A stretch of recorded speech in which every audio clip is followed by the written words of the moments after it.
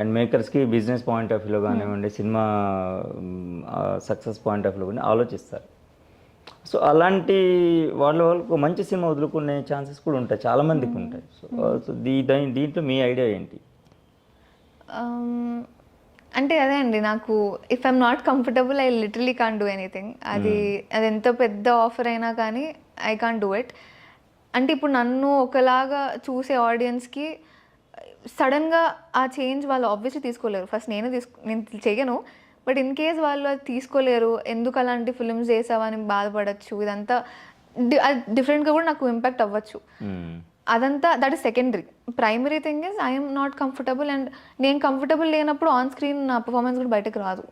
ఎంత ఆ డిస్కంఫర్ట్ తెలిసిపోతూ ఉంటుంది that I'm not comfortable with that particular outfit or ఇలాంటి మూమెంట్స్తో నేను కంఫర్టబుల్ లేను అనేది తెలిసిపోతూ ఉంటుంది.